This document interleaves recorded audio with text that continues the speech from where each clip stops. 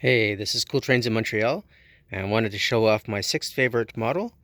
This is a GP38-2 from Atlas in the ON Rail paint scheme. Now this is really interesting because this is a small regional railroad in northern Ontario and basically runs from North Bay up until Moosonee in the extreme north of Ontario on the James Bay or Hudson Bay, I believe, coast. Anyway, uh, this is pretty much the ubiquitous locomotives that they use. They're using a lot of these four-wheel locomotives. These are the GP38-2s.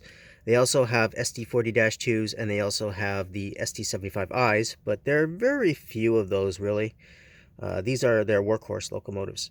So this paint scheme is their intermediate one because they now have a newer paint scheme, and their older paint scheme was the chevron like you see over there, except it was yellow and it had the larger the railroad name Ontario Northlands rather than this ON Rail abbreviation. In any case, they're pretty rare, I would say, as far as in N scale or in an HO scale. People are kind of unaware of this railroad, but I really like the striking paint scheme, and that's hence why I bought it. Also, it's a good Canadian prototype. So Atlas makes great locomotives, as I've said before. Don't have a lot of rail cars for Ontario Northlands, but I do have a few. Missing a caboose. It'd be good to get one eventually. I also have a second on-rail locomotive so that I can run a tandem pair. It's a GP40 locomotive, also by Atlas.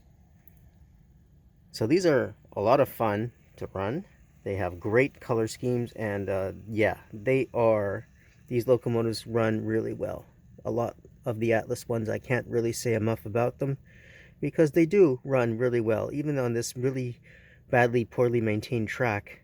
I mean, I can't remember the last time I really cleaned it, and yet it runs pretty well, and the slow speed is good. Yeah, there we are.